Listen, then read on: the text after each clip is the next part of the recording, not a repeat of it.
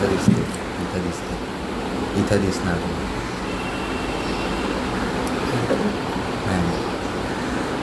म्हणजे आता टाईम दिसतो म्हणून इथं नंबर दिसतील. आता कोणी जॉईन नाही झाला आतापर्यंत.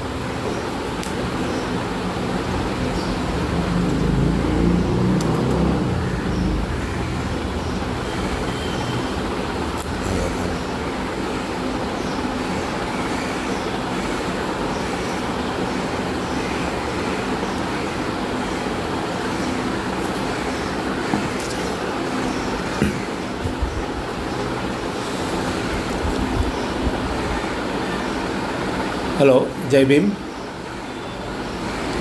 मित्रांनो, मी प्रकाश डबरासे, अध्यक्ष बंधुत्व मिशन मुंबई. आज आपण एका महत्त्वपूर्ण विषयावर चर्चा करणार आहोत. तर चर्चेला सुरुवात करण्यापूर्वी मी सर्वप्रथम महेंद्र डोंगरे ज्यांनी हा कार्यक्रम आयोजित केला आहे त्यांचं अभिनंदन करतो की त्यांनी अशा या कोरोनासारख्या महामारीच्या काळात एका महत्त्वपूर्ण विषयाला हात घालून लोकांमध्ये जनजागृती निर्माण केली आणि बाबासाहेबांना अपेक्षित असा समाज घडवण्याच्या दृष्टीने ते प्रयत्न करत आहेत. तर आपण आजच्या कार्यक्रमाला सुरुवात करूया. आजचा विषय आहे सद्यस्थितीत रोजगार आणि स्वयंरोजगार. आता सद्यस्थिती म्हणजे फक्त ही कोरोनापुरतीच मर्यादित नाही. आपण हिला कोरोनापुरतीच मर्यादित समजू नये. तर ही आज 2020मध्ये जी परिस्थिती उद्भवली आहे, सरकारी धोरणं, खाजगीकरण, उदारीकरण, जागतिकीकरण याच्या माध्यमातून जे भारतात औद्योगिक आणि रोजगार या क्षेत्रात जी एक अशी भयान परिस्थिती उभी झाली आहे 30-35 वर्षाच्या काळात, या 30-35 वर्षाच्या काळाला मी सद्यस्थिती समजतो.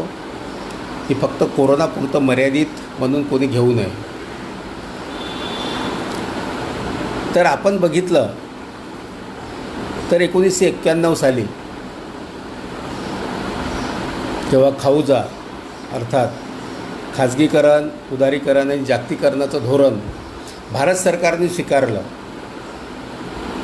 तेव्हापासनं या देशात एक अलग प्रकारची आर्थिक क्रांती घडली आहे.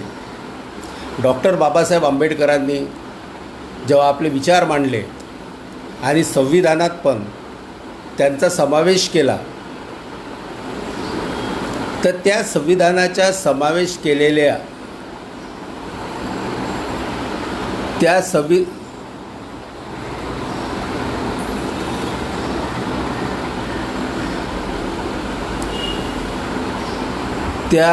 संविधानामध्ये ज्या समावेश केलेले आहेत किंवा बाबासाहेबांची सुरुवातीपासूनची जर आपण 1919 पासूनची जरी आर्थिक नीती जर बघितली तर बाबासाहेबांनी सर्वसामान्य जनतेला, जे शोषित, पीडित, अल्पसंख्याक म्हणजे ज्यांना आपण म्हणूया की भारतातले बहुसंख्य समाज, यांना आर्थिक सक्षम करण्याच्या दृष्टीने जी काही अर्थनीती दिली आहे त्याचा जर विचार केला तर 1991 पासून या देशात बाबासाहेबांच्या विचाराच्या एकदम विसंगत अशी नीती भारत सरकारने स्वीकारली आहे. बाबासाहेबांनी संविधानात कलम 39मध्ये हे पण तरतूद केली आहे की कुठलाही उद्योग हा खाजगी क्षेत्रात जाऊ नये की ज्याच्यामुळे सामान्य जनतेच्या हिताचं रक्षण होणार नाही. साधनसंपत्ती, नैसर्गिक साधनसंपत्ती ही खाजगी मालकाच्या कब्जात जाऊ नये, ती सार्वजनिक म्हणूनच राहावी अशी कलम 39मध्ये बाबासाहेबांनी तरतूद केली आहे. तरी पण खाजगीकरणाच्या माध्यमातून आज सर्व सरकारी उद्योगधंदे विकण्याची मोहीम अगोदरच्या काँग्रेस सरकारने थोड्याफार प्रमाणात राबवली होती आणि हे भाजप सरकारने पूर्णपणे राबवलेली आहे आणि राबवत आहेत. याचा परिणाम काय होत आहे की ज्या आरक्षित जागा होत्या त्या रोजगारासंबंधी आपण घेऊया. पहिला आपला विषय जो आहे सद्यस्थितीत रोजगार, तर रोजगारावर बोलूया. तर रोजगार जो विषय होता किंवा आहे 1991 पूर्वी लोकांना आरक्षण मिळायचं. अनुसूचित जाती, जमाती, OBC या विशेष घटकांना की जो साधारणतः देशाच्या लोकसंख्येच्या 70 ते 75% जो वर्ग आहे यांना जे आरक्षण मिळायचं, सर्वात पहिली कुऱ्हाड त्या आरक्षणाच्या धोरणावर पडली. जे खाजगी उद्योग झालेत किंवा होत आहेत त्यात आरक्षणाच्या धोरणाची अंमलबजावणी होत नाही. त्यामुळे ह्या खाजगीकरणाचा विपरीत जो परिणाम झाला आहे तो अनुसूचित जाती, जमाती, बौद्ध आणि OBC हा जो मुख्य घटक आहे यांच्या रोजगारावर झाला. त्यात ठेकेदारी पद्धतीने नोकर भरती, निवृत्त जे मोठे अधिकारी होतात त्यांना निवृत्तीच्या 60 वर्षानंतरसुद्धा कन्सल्टंटसारख्या पदावर नियुक्ती देणे. आणि आता या सरकारने ते एक नवीनच केलं आहे की IAS सारखी इतकी मोठी जागा की जी फक्त IAS कॅडर किंवा स्पेसिफिक फिल्टरमधूनच जायचेत लोक, तेच फक्त त्या जागेवर बसायचेत. त्या जागा पण नॉन IAS लोकांना देणं चालू केलं आहे. जॉईंट सेक्रेटरी लेवलचे जे पोझिशन्स आहेत त्या सर्व जागा हल्ली या सरकारने भरणं चालू केलं आहे. या सर्वांचा विपरीत परिणाम आपल्याला असा दिसेल की आरक्षणाची जी तरतूद संविधानामध्ये केली होती ती संविधान न बदलता त्या तरतुदीची पायमल्ली होत आहे. आज आपण जर बघितले तर देशात साधारणतः 12 कोटी 130 कोटी लोकसंख्येपैकी साधारणतः 12 ते 13 कोटी लोक हे सुशिक्षित बेरोजगार आहेत. बेरोजगारांची संख्या इतक्या मोठ्या प्रमाणात आहे. त्यामध्ये मॅक्झिमम अनुसूचित जाती, जमाती आणि बौद्धांची लोकं आहेत. कारण त्यांची कुठेही वसिला किंवा काही नसल्यामुळं ते त्यांच्या मेरिटनीच त्यांना जावं लागतं आणि मेरिट असूनसुद्धा त्यांना ती जागा मिळेल याची गॅरंटी नाही. म्हणून 1991 पर्यंत जे आरक्षणाचं धोरण देशात जे चालू होतं त्या धोरणाची जी पायमल्ली झाली आहे त्यामुळे जी बेरोजगारीचं पर्सेंटेज जे आहे एकदम खूप वाढलेलं आहे. आणि त्यात आता ह्या 4 महिन्यापासून जो कोरोना आला आहे यामुळं तर खऱ्या अर्थानं काय याची पोझिशन राहील हे कोणी सांगू शकत नाही. जोपर्यंत कोरोना आणि लॉकडाऊन हा विषय संपणार नाही तोपर्यंत आपल्याला देशात काय बेरोजगारीचं प्रमाण आहे, किती लोक बेरोजगार आहेत, आर्थिक स्थिती कुठे खऱ्या अर्थानं ढासळलेली आहे हे काहीही कळणार नाही. म्हणून त्या फिगरवर आपण न बोललेलंच बरं. मागच्या वर्षीपर्यंत जर आपण बघितले तर साधारणतः 4.5 ते 5 लाख कोटीचे उद्योग, सरकारी उद्योग या सरकारने खाजगीकरण केले होते. अशा पद्धतीने आरक्षणाच्या धोरणाची पायमल्ली झाल्यानंतर, रोजगार गेल्यानंतर निश्चितच आपल्यासारख्या अनुसूचित जाती, जमाती, बौद्ध व OBC हा जो वर्ग आहे, जो मोठ्या संख्येने भारत देशाचा घटक आहे, यांच्या रोजीरोटीचा प्रश्न उद्भवला आहे. त्यात हा कोरोना, या दोन्ही गोष्टीचा जर मारा जर बसला असेल तर इथला आर्थिक दृष्टीने जो सुरुवातीला जो कमकुवत होता, जो शिकून नोकरीची वाट बघत होता, बरेच मुलं इंजिनियर झाले असतील, त्यांची प्लेसमेंटची वाट बघत असतील, बरेच लोक ग्रॅज्युएट झाले असतील, त्यांचे कुणाचे कॉल लेटर आले असतील पण जॉईन होऊ शकत नाहीत या कोरोनामुळं. असे सर्वचे सर्व समाज घटक आज अत्यंत दयनीय अवस्थेत जगत आहेत. मित्रांनो, आपण अशात हार मानून चालणार नाही. दिवस येतील, दिवस बदलतील, वेळ येईल, वेळ निघेल. हा कोरोना आजचा टेम्पररी, ज्याला क्षणिक आपण म्हणूया, विषय आहे. मात्र रोजगार हा आपला दैनंदिन जीवनाशी जोपर्यंत आपण जन्म घेतो ते आपल्या शेवटच्या क्षणापर्यंत लिंक असलेला विषय आहे. म्हणून या विषयाला आपण एकदम सूक्ष्मरीतीने आणि एकदम काळजीपूर्वक त्याचा अभ्यास करून आपण त्याच्यावर मार्ग शोधला पाहिजे.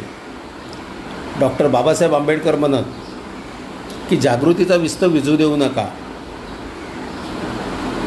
तो सतत तेवत ठेवला पाहिजे. तर जागृतीचा विस्तव म्हणजे काय की आजची सद्यस्थिती काय आहे याविषयी आपल्याला माहिती असणं आवश्यक आहे.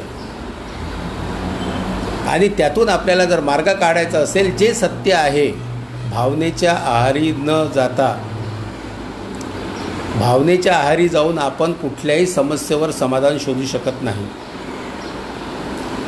कुठल्याही विषयाचा भावनेचा उद्रेक न करता आपण जी वस्तुस्थिती आहे तशीची तशी जर स्वीकारली तर आपण लवकरात लवकर, जितक्या लवकर होईल तितक्या लवकर आपल्या समस्येचं आपण समाधान शोधू शकू, मार्ग काढू शकू. आज देशात साधारणतः 500 ते 550 मिलियन म्हणजे 50 ते 55 कोटी हा कामगार वर्ग आहे. सगळ्या क्षेत्रातले कामगार, 45% त्याच्यातले शेतीवर अवलंबून आहे, की जे फक्त 14 ते 15% GDPच्या कॉन्ट्रीब्यूट करतात. म्हणजे शेतीवर इतकी मोठी लोकसंख्या अवलंबून असूनसुद्धा आज शेतीचं जे उत्पन्न आहे ते GDPच्या हार्डली 14 ते 15% कॉन्ट्रीब्युशन आहे. लोकसंख्या खूप. डॉक्टर बाबासाहेब आंबेडकरांनी 1919 साली जेव्हा small holding in India and it's remedies म्हणजे जमिनीचे लहान तुकडे आणि त्यावरील उपाय हा जेव्हा प्रबंध किंवा निबंध जेव्हा लिहिला, तेव्हा या जमिनीचे लहान तुकडे का होतात त्याची कारणं सांगितली. आणि या जमिनीच्या लहान तुकड्यांपायी गावखेड्यामध्ये राहणारा जो 45% शेतीवर अवलंबून असणारा वर्ग आहे, यांच्या जीवनात कसे विपरीत परिणाम होत आहेत, त्याच्यासाठी उपाय काय आहेत, हे बाबासाहेब आंबेडकरांनी small holding in India and it's remedy या प्रबंधामध्ये सांगितले. शेतीपूरक उद्योग काढले पाहिजेत, सामुदायिक शेती केली पाहिजे, शेतीचं राष्ट्रीयकरण केलं पाहिजे, शेतीवर जे खात आणि इतर जे संसाधने आहेत ते सरकारी तिजोरीतून गेले पाहिजेत. म्हणजे शेतकऱ्यांना सरळ सरकारने मदत करावी असे बाबासाहेबांनी त्या काळात म्हणजे आजच्या 100 वर्षापूर्वी सुचवले. आज जर सरकारने बाबासाहेबांचे विचार जर स्वीकारले असते आणि त्याची अंमलबजावणी झाली असती तर शेतकऱ्यांच्या आत्महत्या झाल्या नसत्या. आज गावखेड्यामध्ये लोकांना संसाधने नसतात, लोक ग्रॅज्युएट होतात, त्यांना ट्रेनिंग घ्यायला जागा नसते, म्हणून फक्त एक प्लेन ग्रॅज्युएट होऊन ते बाहेर पडतात. आजच्या स्पर्धात्मक युगात त्यांना नोकरी मिळणे कठीण आहे, कारण स्किल असल्याशिवाय हल्ली नोकरी मिळत नाही. म्हणून बाबासाहेबांनी शेतीपूरक उद्योग तुम्ही खेड्यात पण तयार करा अशा ज्या सूचना दिल्या होत्या त्या जर आज असत्या तर खेड्यातला जो वर्ग स्थलांतरित होत आहे रोजगारांसाठी, एका आकडेवारीनुसार 500 ते 550 मिलियनपैकी 70 मिलियन म्हणजे साधारणतः 7 कोटी, 50 कोटी कामगार वर्गापैकी 7 कोटी वर्ग हा स्थलांतरित आहे. म्हणजे एका प्रदेशातून दुसऱ्या प्रदेशात नोकरीसाठी गेलेला वर्ग आहे.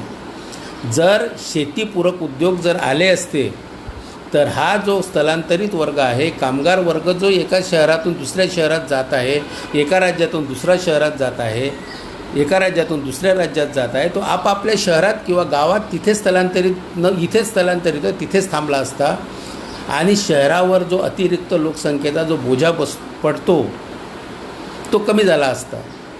मात्र तसं होत नाही आहे.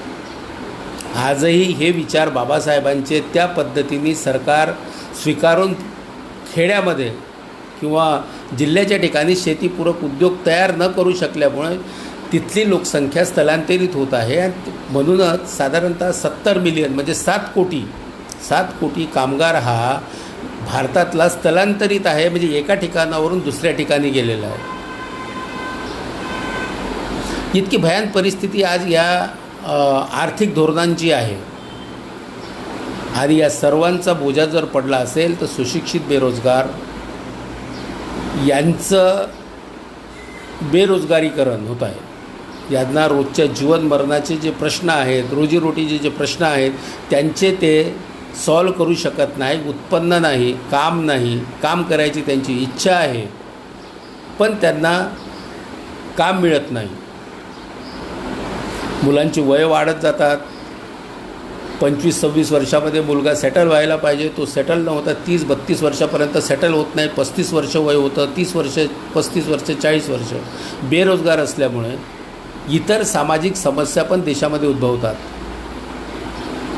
या सर्वांवर जर आपल्याला उपाय शोधायचा असेल तर सरकारने खाजगीकरण धोरणाला लगाम लावली पाहिजे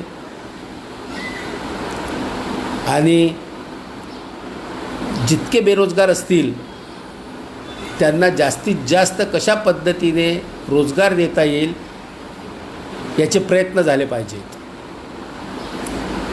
दुसरा आहे कॉन्ट्रॅक्ट सिस्टीम. आज आपण सरकारी ऑफिसमध्ये जरी गेलो तरी आपल्याला असं दिसेल की तिथले क्लार्क, तिथले चपराशी, इवन तिथले काही अधिकारी वर्ग पण कॉन्ट्रॅक्ट सिस्टीमवर काम करतात. त्यात रिझर्वेशन नाही, त्यामुळे पण आपली नोकरी जात आहे, आपल्याला नोकरी मिळत नाही आहे. आपल्या बेरोजगारीमध्ये आपल्या म्हटल्यानंतर अनुसूचित जाती, जमाती, बौद्ध व OBC ज्यांना रिझर्वेशन या तरतुदी येतात, त्या सर्वांची जी आर्थिक स्थिती आहे ती ढासळत आहे. माणूस रिटायर्ड झाल्यानंतरसुद्धा त्यांच्या वसिल्याने ते त्यांना कन्सल्टंट म्हणून घेतात, म्हणून सिनियर ऑफिसर दुसरा जो सिनियर ऑफिसर असेल त्याला तिथे प्रमोशन मिळत नाही. ह्या सगळ्या परिस्थितीमुळं रोजगार लोकांचा आज जात आहे आणि रोजगार जात असताना आपण हातावर हात ठेवून बसू शकत नाही. आपला याच्यावर मार्ग काढावा लागेल. जेव्हा आरक्षणाच्या माध्यमातून जे आपण आर्थिक सक्षम झालो आहोत त्यावर जेव्हा कुऱ्हाड पडली आहे तर आपल्याला आपली पर्यायी अर्थव्यवस्था उभी करावी लागेल. जीवन आहे, जगावं लागेल. जगायसाठी अन्नधान्य जे काही असेल, घरदार, लग्न, मुलं बाळं जे काही असेल ते सगळं आपल्याला करावं लागेल. आणि त्यासाठी अशा या विपरीत परिस्थितीत जेव्हा रोजगारांची संख्या कमी होत आहे, रोजगार कमी होत आहे, आरक्षण कमी जास्त प्रमाणामध्ये मी तर म्हणेल संपल्यात जमा आहे, अशावेळी आपली पर्यायी अर्थव्यवस्था उभी करणे आवश्यक आहे. तर पर्यायी अर्थव्यवस्था आपण कशी उभी करू शकतो? त्यासाठी एकच मार्ग आहे, स्वयंरोजगार. जर शासन आणि खाजगी क्षेत्र आपल्याला रोजगार पुरवण्यासाठी असमर्थ असतील तर आपल्याला आपल्यासाठी, स्वतःसाठी आणि आपल्यातील समाज घटकांसाठी रोजगार निर्मिती करणे हे आपलं कर्तव्य आहे, ही आपली जबाबदारी आहे. म्हणून स्वयंरोजगार जो आज आहे किंवा शासनाच्या ज्या विशेष अलग अलग स्कीम्स आहेत त्याचा आपण अभ्यास केला पाहिजे. आपल्या क्षमतेनुसार मी हे म्हणणार नाही की प्रत्येकाची स्वयंरोजगार करण्याची क्षमता आहे, पण प्रयत्न जर केला तर आपल्या आर्थिक क्षमतेनुसार आपण स्वयंरोजगाराकडे वळलो पाहिजे. आज उत्तर भारतीय, बिहारी किंवा इतर लोक येऊन आपण मुंबईसारख्या, नवी मुंबईसारख्या शहरांमध्ये बघतो, कुठलाही व्यवसाय असो ते करतायत, ते दिसत आहेत. तुम्हाला रस्त्यावर बसून भाजीपाला विकतायत, रस्त्यावर बसून अंडी विकतायत, रस्त्यावर बसून पानपट्टी चालवत आहेत, रस्त्यावर बसून जे त्यांना शक्य होईल ते सगळे कामं करतायत. मात्र त्यांच्या तुलनेत जर आपण बघितलं तर आपण महाराष्ट्रीयन म्हणून जर तात्पुरता विचार जर केला तर आपली मुलं, मला माहीत नाही संकोच काय असेल, तो मुलगा 5 किंवा 7 हजाराची जी नोकरी आहे त्या नोकरीमध्ये त्याचा इंटरेस्ट असेल.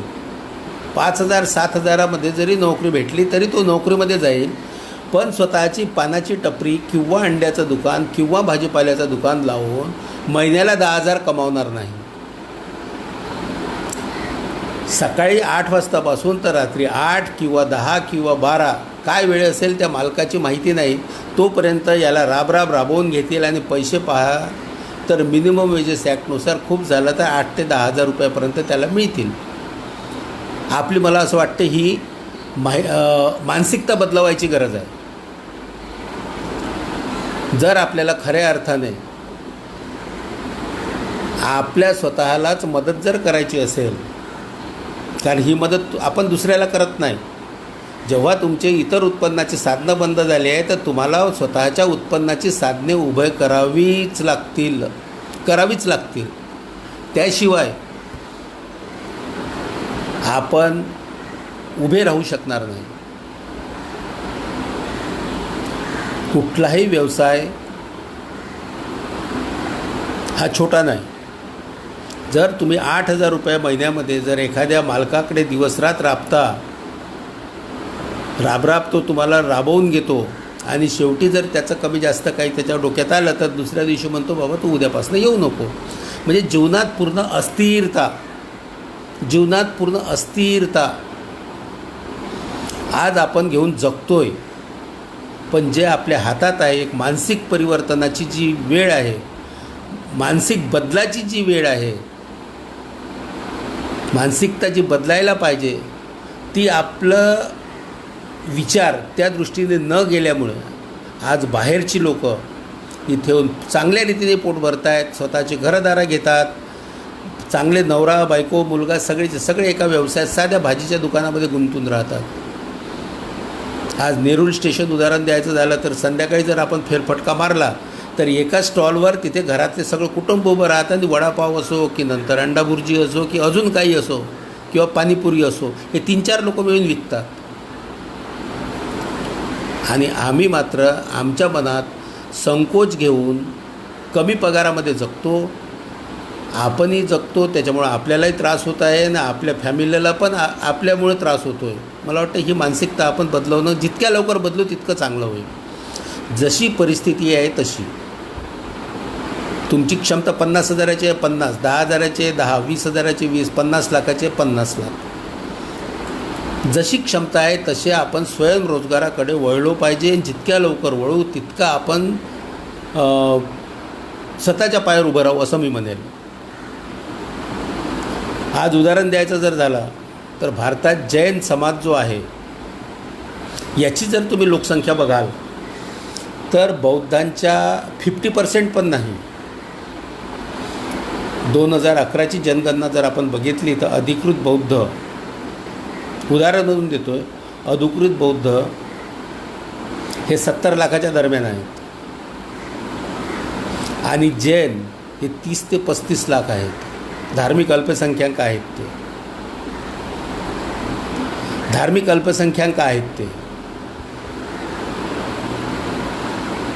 या धार्मिक अल्पसंख्याक 30 ते 35 लाख जैनांनी देशाची 30% अर्थव्यवस्था कंट्रोल केली आहे. जितकी लोकसंख्या त्यांची आहे तितकीच अर्थव्यवस्था त्यांच्या ताब्यात आहे. आज आपण ऐकतो का कधी की जैनांवर अत्याचार झालेत? कोण्या जैनाला कोणी मारला ऐकतो का आपण? कधीच नाही. बौद्धांना मारलं, याला मारलं, त्याला मारलं, अत्याचार होत आहेत. आणि मला असं वाटते त्या अत्याचाराचं जर मुख्य कारण आज असेल तर आपली आर्थिक दुर्बलता. आर्थिक जर आपण सक्षम झालो तर या अशा सामाजिक अत्याचार आणि बहिष्काराच्या ज्या समस्या आहेत त्यातून आपण बाहेर पडू शकू. त्यासाठीच ते मी जैनांचं उदाहरण दिलं. 2-4 वर्षापूर्वीचा काळ आहे, तुम्हाला जर आठवत असेल तर नॉनव्हेजच्या त्यांच्या मला वाटते जैन महावीरांच्या जयंतीदिनी नॉनव्हेज विकू नये असं काहीतरी एक आंदोलन झालं होतं. जैनांनी भूमिका घेतली की महावीर जयंतीला नॉनव्हेज विकू नये. मला वाटतं RSSचे चीफ तेव्हा मोहन भागवतच होते. त्यांनी त्या जैनचा जो नेता होता त्या नेत्याची भेट घेतली आणि तो प्रॉब्लेम सॉल्व केला. जैन रस्त्यावर उभा होऊन जेव्हा फक्त त्याच्या महावीर जयंतीला नॉनव्हेज विकू नये तेव्हा इथला जो राज्यकर्त्या समाजाचा प्रमुख आहे तो त्या जैनाची भेट घेऊन तो प्रॉब्लेम सॉल्व करतो आणि आमचे रात्रंदिवस लोक मारल्या जातात पूर्ण भारतभर, त्याच्यावर कोणी बोलत नाही. कधी इथे मरतो, कोणी तिथे मारतात, कोणी काही होतं, काही अत्याचार होतात, काही लोक मारल्या जातात. आणि आम्ही प्रतिक्रिया देण्यामध्ये आपण आपले याच्यामध्ये असतो, सतत वडापाव खाऊन आपले मोर्चे, आंदोलनं, काय करायचं ते निवेदनं याच्यामध्ये गुंतले आहोत.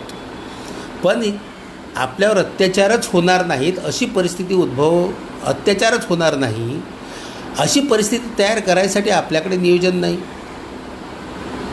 असेल तर आपण सिरियसली घेत नाही. आपली मानसिकता अजूनही तशीच आहे. म्हणून मित्रांनो, मला एकच म्हणावं लागेल किंवा म्हणायचं आहे की आपण स्वयंरोजगाराकडे वळलं पाहिजे. शासनाच्या काही स्कीम्स आहेत, त्या स्कीमचा आपण फायदा घेतला पाहिजे. आज आपण 2 स्कीमच्या बाबतीत बोलूया. एक आहे मुद्रा, जी भारत सरकारची आहे, मायक्रो युनिट डेव्हलपमेंट रिफायनान्स एजन्सीमधून त्या प्रधानमंत्रीची स्कीम आहे, ती प्रधानमंत्र्याच्या नावावर. आणि दुसरी आहे मुख्यमंत्री रोजगार निर्मिती योजना, म्हणजे chief minister employment generation programme. ह्या 2 विषयी आपण बोलूया. मला असं वाटतं मुद्राच्या बाबतीत बऱ्याच लोकांना माहिती असेल. मुद्रा ही भारत सरकारने चालवलेली स्कीम आहे. 2015, मला वाटते 8 एप्रिल 2015 रोजी या स्कीमचं उद्घाटन झालं होतं. तेव्हापासून आजपर्यंत म्हणजे 2019पर्यंत साधारणतः 8.5 लाख कोटीचं कर्ज या योजनेतून वाटप झालं आहे. 2019पर्यंत 8,93,000 म्हणजे साधारणतः 9 लाख कोटीपर्यंतचं कर्ज या मुद्रा योजनेतून देण्यात आलं आहे. 18,26 लाख साधारणतः याचे बेनिफिशियरी आहेत. म्हणजे 18 कोटी लोकांना, 18 कोटी लोकांना यातून रोजगार निर्मिती झाली आहे. थोडक्यामध्ये स्कीम मी सांगतो. त्याच्यामध्ये 3 घटक आहेत. एक शिशु आहे, किशोर आहे आणि तरुण आहे.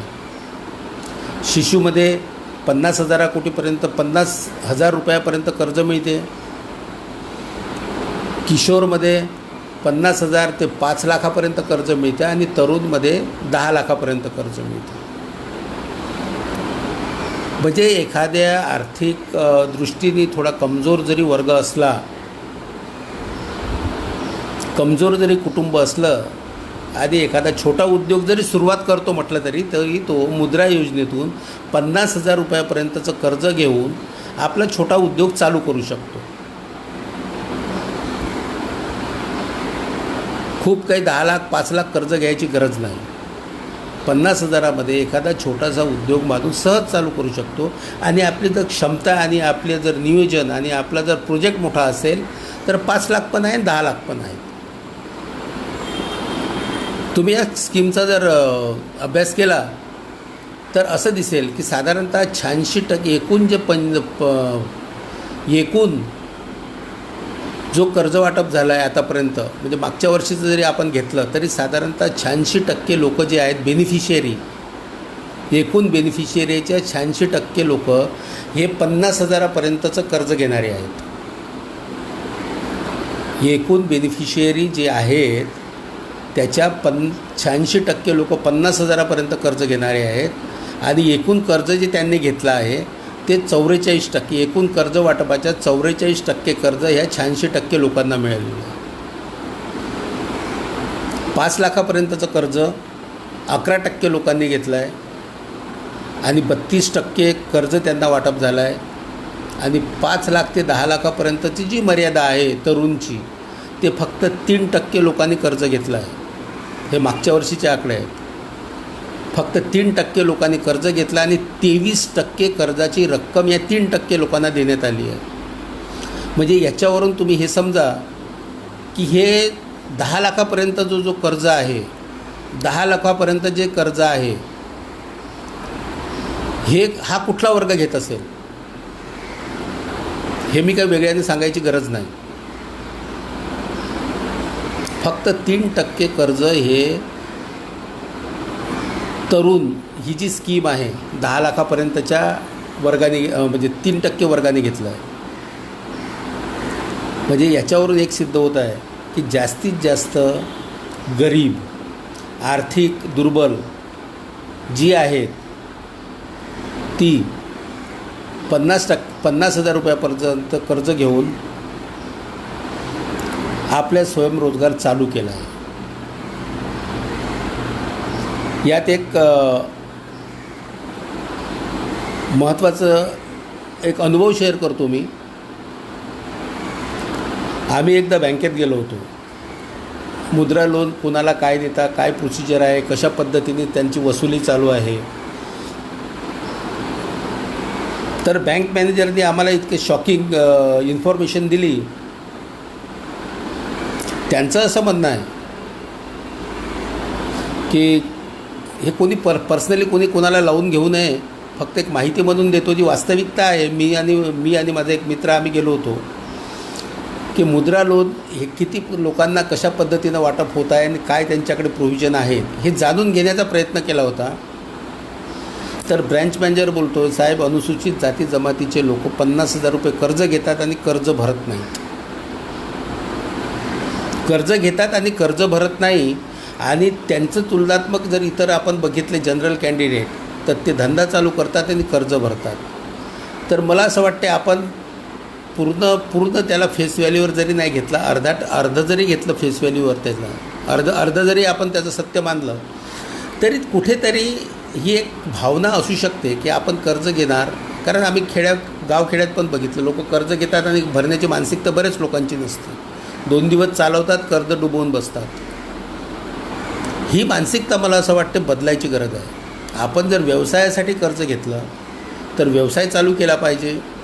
आणि व्यवसाय होत नसेल तर कुठल्याही पद्धतीने कशाही पद्धतीने जो व्यवसाय जमतो तो चालू करून कर्ज आपण परतफेड केली पाहिजे. आपण बँकेच्या बॅड बुकमध्ये जाऊ नये. आज सिबिलसारख्या एजन्सीज आहेत. तुमचा साधा एक चेक जरी बाउन्स झाला तरी तुमचं क्रेडिट रेटिंग जे आहे ते कमी होतं. म्हणजे कर्ज मिळण्याची जे तुमची पात्रता आहे पुढच्या कर्जासाठी ती घसरते. तुम्हाला कर्ज मिळण्यासाठी अडचणी येतात. म्हणून बँकेचे आपण कर्ज घेतलेलं आपण भरलं पाहिजे. कर्ज आपण कुणाचं इंटेन्शनली कोणी डुबवणार नाही हे मी म्हणणार नाही की कोणी मुद्दाम डुबवतं. पण धंद्यासाठी कर्ज घेतलं, प्रामाणिकपणे व्यवसाय करायचा, व्यवसाय करून कर्जफेड आपण केली पाहिजे. ही मानसिकता आपल्याला सायमल्टेनियसली डेव्हलप करावी लागेल. गव्हर्मेंट आपल्याला फसवायसाठी निरनिराळ्या स्कीम आणतील. तुम्हाला असे काही कर्ज देतील ते की त्याच्यात तुम्ही काही करू शकणार नाही. आणि ते कर्ज भरलं नाही, तुम्ही डिफॉल्टर झाले तर तुम्ही डिफॉल्टर, तुमचा मुलगा डिफॉल्टर, उद्या जर कर्ज घ्यायसाठी उभे झाले, तुमचा रिपोर्ट जर चेक करायला गेले तर तुम्हाला कोणाची गॅरंटी घेता येणार नाही. स्वतःच्या मुलाची पण नाही, कारण तुम्ही स्वतः डिफॉल्टर आहात. म्हणून व्यवसायासाठी घेतलेलं कर्ज व्यवसायासाठी वापरून ते परतफेड करावं ही मानसिकता आपल्याला डेव्हलप करावी लागेल.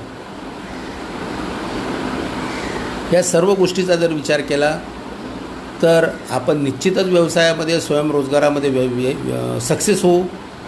आपण फक्त स्वतःसाठी स्वयंरोजगार नाही निर्माण करणार तर आपल्यासोबत 4 मुलं पण अजून आपल्यासोबत काम करतील. त्याच्यातून पण त्यांची मानसिकता जर उद्या डेव्हलप झाली तर ते पण स्वयंरोजगार चालू करू शकतात. म्हणजे आपण एक समाज परिवर्तन करू शकतो. लोकांची मानसिकता बदलली तर चांगल्या पद्धतीने लोक चांगले घडू शकतात. मानसिकता बदलण्याची गरज आहे. आज आपण बरेच लोक बघतोय, मुस्लिम समाजाचे असो की इतर मारवाडी समाज, कुठलेही कामं त्यांच्या दुकानामध्ये करतात. ते झाडू पोछा त्यांना कमीपणा वाटत नाही. आणि तोच मुलगा जो तिथे साडीच्या दुकानात किंवा सोनाराच्या दुकानात काम करतो तो दुसरं साडीचं दुकान एक चालू करतो. फुटपाथवर बसेल, साड्या विकेल, कपडे विकेल, रेडीमेड विकेल, काय विकायचं ते विकेल. पण ते व्यवसायामध्ये आहेत. सिंधी समाज व्यवसायामध्ये आहे. सिंध्यांवर अत्याचार होताना दिसत नाही. एखाद्या मुसलमानावर अत्याचार झाला तर पूर्ण मुसलमान समाज आरडाओरड करून बाहेर पडतो. त्यांच्यावर अत्याचार होताना फार कमी दिसते. मात्र आम्ही या अत्याचाराचे जे पीडित झालो माझं वैयक्तिक मे बी रॉंग और पार्शियली राईट, जर आपल्यावर आज अत्याचार होत आहेत तर त्याचं मुख्य कारण जर काही असेल तर आपण आज आर्थिक दुर्बल असल्यामुळे लोकांवर अवलंबून जास्त आहोत. खेड्यापाड्यात गेले तर पाटलावर आपण अवलंबून आहोत, त्याच्या शेतीवर अवलंबून आहोत, त्याच्या रोजंदारीवर अवलंबून आहोत. त्याच्याशी तुम्ही बोलू शकत नाही, स्वाभिमानाचं जिणं जगू शकत नाही. ह्या सगळ्या गोष्टी आहेत. आणि यातून जर आपल्याला बाहेर पडायचं असेल तर आपल्याला आपल्या ऐपतीनुसार जे शक्य आहे ते मनात निसंकोच, कुठलाही संकोच न ठेवता आपल्याला व्यवसाय करावा लागेल. सुरुवातीच्या काळात थोडंफार मनामध्ये संकोच येऊ शकतो. महिना 15 दिवस थोडं मनामध्ये काही फिलिंग येऊ शकतात. पण एकदा तुम्ही त्याच्यामध्ये रूट झालेत 15 दिवस 1 महिन्यामध्ये, तर मला असं वाटते की आपण चांगल्या पद्धतीने व्यवसाय करू शकू. बरेच लोक आपले सक्सेस झाले आहेत. काही 10वी 12वी शिकलेले लोक आज मोठमोठे आपले पण एक उद्योजक आहेत. मोठं एखादं उदाहरणच जर घ्यायचं असेल, हटके उदाहरण जरी घ्यायचं म्हटलं तरी धीरूभाई अंबानीचं घेऊया आपण. एक पेट्रोल पंपवर काम करणारा माणूस जेव्हा उद्योग चालू करतो तर आज जगातलं एस्टॅब्लिश रिलायन्स म्हणून कंपनी आहे. आपण त्यांच्या बाकी ह्याच्यात नाही जायचं, पण आज जे आहे ते आपण जाणून घेऊया की त्यांची स्थिती आज कुठे आहे, काय आहे. परवा मी एक पोस्ट वाचत होतो, बहुतेक लोकांनी वाचली असावी. महाडला जाताना अलिबागच्या जवळ कुठलं तरी एक गाव आहे, तिथे ते काही एका मुलाच्या मनात आत्महत्या करायची मानसिकता झाली. पण कोणतरी त्याच्या जीवनात गेला आणि त्याला जे व्यवसायाच्या रिलेटेड माहिती जे भजी विकण्याच्या बाबतीत सांगितलं, त्यावरून त्या मुलाचं मत परिवर्तन झालं आणि त्यांनी एक व्यावसायिक भजी विकणारा हॉटेल बनून तो एक सक्सेसफुल झाला. जो स्वतःसाठी भजी बनवत होता त्यांनी रस्त्यावर ते एका माणसाच्या प्रेरणेमुळं भजी विकणं चालू केली आणि एक चांगला हॉटेलवाला म्हणून, भजीवाला म्हणून तिथे तो आज बसतोय. एक आत्महत्या करायसाठी प्रवृत्त झालेला माणूस कुणाच्या तरी मार्गदर्शनापायी किंवा मोटिवेशनपायी तो एक आज उद्योजक आहे. म्हणून व्यवसाय कुठलाही कमी नाही. तुमचा स्वतःचा व्यवसाय आहे तो. तुम्ही मालक आहात, नौकर नाहीत. आणि मालक बनायसाठी जर मनाची थोडीशी काय म्हणूया आपण मोठेपणा जर घेतला आणि निसंकोचपणे जर आपण व्यवसाय केला तर निश्चितच आपण पुढे जाऊया. मुद्राची जशी आता माहिती दिली तशीच आहे. मुख्यमंत्री रोजगार निर्मिती योजना म्हणजे मागच्या वर्षी महाराष्ट्र सरकारने आणली आहे. त्यात 50 लाखापर्यंत लोन मिळू शकते. शिक्षण त्यात कमीत कमी 7वी पास पाहिजे. त्याच्यात 2 टाईपचे लोन आहेत. एक 10 लाखापर्यंत की जे सर्व्हिस इंडस्ट्रीला मिळते आणि दुसरं जे आहे 50 लाखापर्यंत जे मॅन्युफॅक्चरिंग युनिटला मिळते. सगळी प्रोसिजर ऑनलाईन आहे. आपल्याला खूप काही त्यात करावं लागत नाही. त्याची वेबसाईट आहे. वेबसाईटवर जाऊन आपण जर आपलं जे स्किल आहे, आपल्याला ज्या स्किलनुसार व्यवसाय करायचा आहे त्याचं थोडं ट्रेनिंग घ्यायचं. 10-15 दिवस जे कुठे मिळत असेल त्या ठिकाणी ऑनलाईन पोर्टल आहे. ऑनलाईन पोर्टलवर जाऊन रजिस्ट्रेशन करायचं. सगळे ऑनलाईन सिस्टीम आहे. बँकेत ॲप्लिकेशन, एकदा तुम्ही लॉग इन केलं तर बँकवाले तुम्हाला गाईड करू शकतात. DIC ज्याला डिस्ट्रिक्ट इंडस्ट्रीज सेंटर आपण म्हणतो ते गाईड करू शकतात. किंवा आपल्या जवळचे मित्र जे उद्योगात आहेत ते लोक तुम्हाला गाईड करू शकतात. पूर्ण ऑनलाईन प्रोसिजर आहे. कोणाला घ्यायची अंडर टेबल, अप्पर टेबल अशी काही भानगड नाही आहे. आपला फॉलोअप पक्का पाहिजे. त्यात 35% सबसिडी पण आहे. रुरल एरियामध्ये जर महिलांच्या नावावर आपण जर व्यवसाय केला तर 35% सबसिडी, म्हणजे जर 50 लाखाचा जर व्यवसाय असेल तर 50 लाखाचे 35% म्हणजे 17.5 लाख रुपये हे सबसिडी आहे. म्हणजे तुम्हाला तो व्यवसाय चालवायसाठी 1-2 वर्षापर्यंत कूलिंग पिरियड मिळतो, जास्त टेन्शन नाही. त्याच्यात फक्त वयाची थोडी मर्यादा आहे. 18 ते 45पर्यंत वय पाहिजे. पण जर अनुसूचित जाती जमाती आणि महिला जर असतील तर त्यांच्यासाठी 50 वर्षापर्यंतचं वय पाहिजे. 7वी जर पास असेल तर 25 लाखापर्यंत कर्ज मिळू शकते. आणि 10वी आणि 10वी पासच्या वरचे जर असतील तर 50 लाखापर्यंतची मर्यादा आहे. आताच आपले एक मित्र आहेत, आम्ही जे बिक्कीमध्ये काम करायचो, बिक्कीचे ते संचालक, एक बऱ्याच लोकांना, नवी मुंबईतल्या लोकांना ते बहुतेक माहिती असावे, दिनेश सोनवणे यांनी या स्कीममधून आत्ताच म्हणजे 2-4 महिन्यापूर्वीच कर्ज घेतलं आहे. 50 लाख रुपये घेऊन त्यांनी पेपर इंडस्ट्री चालू करणार आहेत. तर त्यांच्या आता मशीन वगैरे इन्स्टॉलेशन चालू आहे.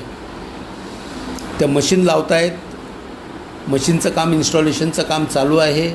आणि ह्या जो मुख्यमंत्री रोजगार निर्मिती कार्यक्रम जो आहे त्या कार्यक्रमाच्या माध्यमातून त्यांनी 50 लाखाचं कर्ज घेऊन आपला व्यवसाय चालू केला आहे. हे एक जिवंत उदाहरण आहे की, आणि त्याच्यामध्ये काय खूप झालं तर 5 ते 10% आपलं स्वतःचं कॉन्ट्रिब्युशन पाहिजे. खूप झालं तर 50 लाखामध्ये 10% म्हटलं तर 5 लाख रुपये आपले स्वतःचे पाहिजेत. 45 लाख रुपये आपल्याला बँक आणि सरकारच्या माध्यमातून, त्यातले पण 17.5 लाख ही सबसिडी, म्हणजे क्लिअर कट माफ होणारं कर्ज आहे. ते फक्त आपल्याला किती भरायचे आहेत? 32.5 लाख रुपये परत करायचे आहेत 50 लाखातले. मग इतक्या चांगले स्कीम असल्यानंतरसुद्धा जर आपण या स्कीमचा फायदा घेत नसू आणि सरकारी नोकरी देईल, खाजगी नोकरी देईल, कॉन्ट्रॅक्ट सिस्टीमवर आम्ही काम करू, रात्रंदिवस राबू, स्वतः पण दुःखात टाकून आपल्या कुटुंबाला पण दुःखात टाकू, ह्या सर्व गोष्टी विचारात घेऊन मला वाटते आपण एक सकारात्मक विचार केला पाहिजे. आणि जेव्हा आरक्षणासारखे जे संविधानिक जे कवच आहे ते मी म्हणेल डॅमेज झालं आहे, त्याच्यावर जास्त आपण अवलंबून राहणं, मला म्हणजे कोणाला वाईट वाटेल ते मी बोलत असेल तर, पण अवलंबून राहणं थोडंसं मला असं वाटतं अतिशयोक्ती होईल किंवा चुकीचं ठरू शकतं आजच्या घडीला. उद्या सांगता येत नाही, उद्या सरकारची मानसिकता काय बदलेल, पण तरी ही मानसिकता तितकी बदलेल असं काही दिसत नाही. तर या दृष्टीने आपण जर विचार केला तर आपल्याला आपली स्वतःची पर्यायी अर्थव्यवस्था उभी करायची आहे. स्वतः रोजगार करा, इतरांना रोजगार द्या. बाबासाहेबांनी पण आर्थिक विषयाला खूप महत्त्व दिलं आहे. बहिष्कृत हितकारणी सभा याची जेव्हा 1924 साली बाबासाहेबांनी घटना लिहिली, तुम्ही जर वाचलं तर बहिष्कृत हितकारणी सभा 1924 साली जेव्हा घटना लिहिली तर त्यामधला शेवटचा पॉईंट आहे की आपल्याला स्वयंरोजगारासाठी सरकारशी भेटावं लागेल की आमच्या मुलांना तुम्ही स्वयंरोजगार तयार करायसाठी कर्ज द्या किंवा काय असेल नसेल ते. तर 1924 साली म्हणजे 100 वर्षापूर्वी स्वयंरोजगाराची आवश्यकता बाबासाहेबांनी विशद केली आहे आपल्या कार्यक्रमात. जर बाबासाहेबांनी त्या काळामध्ये जर स्वयंरोजगाराची आवश्यकता काय असू शकते हे जर मांडणी केली आहे तर आपण बाबासाहेबाची लेकरं आहोत, आपण संविधानकाराची लेकरं आहोत, एका जागतिक कीर्तीच्या अर्थशास्त्रज्ञाची लेकरं आहोत. मग त्यांचे आर्थिक विचार घेऊन आपण पुढे जायला पाहिजे. जर आपण अजूनही भावनात्मक होऊन आरक्षणासारख्या म्हणजे संपलेल्या विषयाला, संपलेलाच विषय म्हणेल मी, जर कवटाळत बसत असू तर मला असं वाटते आपण स्वतःच्या पायावर दगड पाडून घेत आहोत, याच्याशिवाय दुसरं काही नाही होणार आहे. म्हणून या गोष्टीच्या आपण बाहेर पडलो पाहिजे, रोजगाराच्या जे स्वयंरोजगाराकडे गेलो पाहिजे, त्याच्याशिवाय होणार नाही. छोटे मोठे जे काही ट्रेनिंग आहेत जिथे कुठे मिळतील काळानुसार आपण बदललो पाहिजे, ट्रेनिंग घेतलं पाहिजे. मोबाईल ट्रेनिंग आहे, डिजिटल ट्रेनिंग आहे, वेबसाईट डेव्हलपमेंट ट्रेनिंग आहे.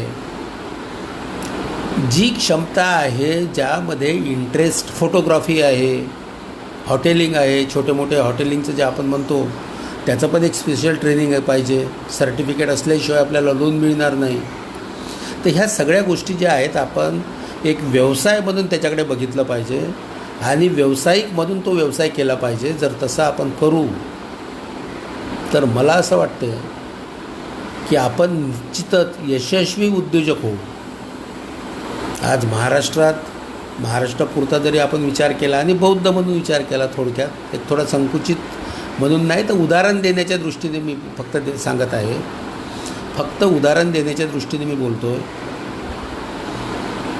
साधारणतः अधिकृत आणि अनधिकृत बौद्ध यांची लोकसंख्या 1.25 ते 1.5 कोटी असावी. आपण मिनिमम 1.25 कोटी जरी पकडली, आज 1.25 कोटी म्हणजे झालं काय? एक तुमचा आपला स्वतःचा एक व्यवसाय उभा होऊ शकतो. विचार परिवर्तन करून जर आपण प्रामाणिकपणे जर काम केलं तर आपण स्वतःची एक इंडस्ट्री उभी करू शकतो. इतकी क्षमता आहे 1.25 कोटी. 1.25 कोटी म्हणजे जयंत मी बोललो तुम्हाला, भारतात 30 ते 35 लाख आहेत लोक आणि आम्ही 1.25 कोटी लोकसंख्या मार खातोय, भीक मागतोय, राजकारणात त्याच्या मागे फिरतोय. हे लावलं आहे काय?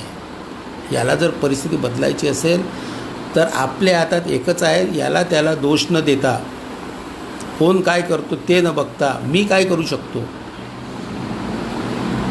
हे महत्त्वाचं आहे. आणि जोपर्यंत आपण आर्थिक क्षमता आपली सुधारवणार नाही तोपर्यंत आपण जे स्वाभिमानाच्या ज्या गोष्टी करतो आहे तो स्वाभिमान पण टिकवू शकत नाही. स्वावलंबनाकडून स्वाभिमानाकडे आपण गेलो पाहिजे. जे काही व्यवसाय असतील त्यांचा आपण प्रॉपर ट्रेनिंग घेतलं पाहिजे, टेक्निकली साऊंड झालो पाहिजे आणि व्यवसायासारखा केला पाहिजे. कारण येणारा जो काळ आहे हा व्यावसायिकांचा काळ आहे. आज आपण बघतो चायना मागासलेलं राष्ट्र होतं, ते आज जगाला कंट्रोल करण्याचा विचार करतो आहे. पूर्ण जगाला ताब्यात घेण्याच्या मानसिकतेमध्ये आज चायना बसला आहे. अमेरिकेला कंट्रोल करायचा प्रयत्न करतो आहे. इतकी त्याची अर्थव्यवस्था पुढे गेली आहे.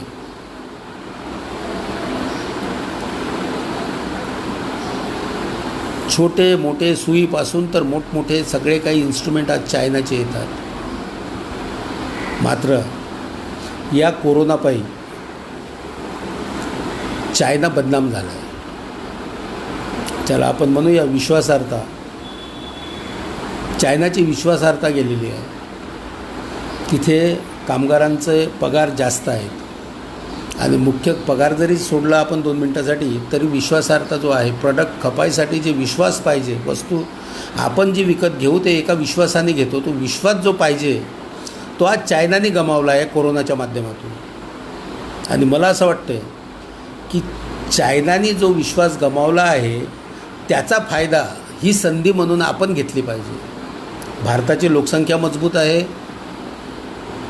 त्यामुळे जर आपण त्यांच्यासारखे छोटे मोठे उद्योग जर घरोघरी चालू केलेत तर एक मॅन्युफॅक्चरिंग स्टेट, राज्य, देश म्हणून आपण पुढे येऊ शकतो. म्हणून आपण आपल्या परीने आपण प्रयत्न केले पाहिजे. आपलं जे स्किल आहे, आपलं जे शिक्षण आहे, आपलं जे बॅकग्राऊंड आहे, आपली जी आर्थिक स्थिती आहे, आणि हे काहीच जरी नसेल, एखादा धंदा 4-5 हजार रुपयाचा घेऊनसुद्धा आपण चालवू शकतो. अंड्याचं साधी हातगाडी जरी लावली 2-4-5 हजार रुपयाच्या वर त्या धंद्याला काही पैसा लागत नाही, तरी माणूस 200-400-500 रुपये घरी नेऊ शकतो. हे तुम्ही नेहरू स्टेशनवर जा आणि बघा रात्रीचं काय होतं ते. किंवा स्टेशनच्या कुठे काही अडचणी असतील तर त्या अडचणी पण आपण सामुदायिकरित्या समाज म्हणून दूर करण्याचा प्रयत्न केला पाहिजे, करूया. म्युन्सिपाल्टीच्या काही अडचणी असतील त्या आपण भेटूया आणि एक रोजगार निर्मितीच्या दृष्टीने आपण पाऊल उचलूया. आपण सर्वच या कोरोनापायी घरात आहोत, स्वतःची काळजी घेतो आहे, कुटुंबाची काळजी घेतो आहे. अशीच आपण एक दुसऱ्याची काळजी घेऊया आणि समाज आणि देश आणि राज्य म्हणून आपण पुढे येऊया या शुभेच्छा देतो. आणि पुन्हा सर्वांना स्वयंरोजगार स्वावलंबी होण्याच्या दृष्टीने शुभेच्छा देऊन मी आपली रजा घेतो. जय भीम, नमो बुद्धाय. कुणाला काही विचारायचं असेल तर आपण विचारू शकतो.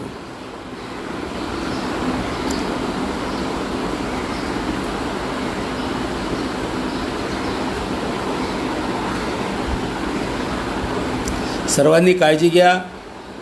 धन्यवाद. जय भीम.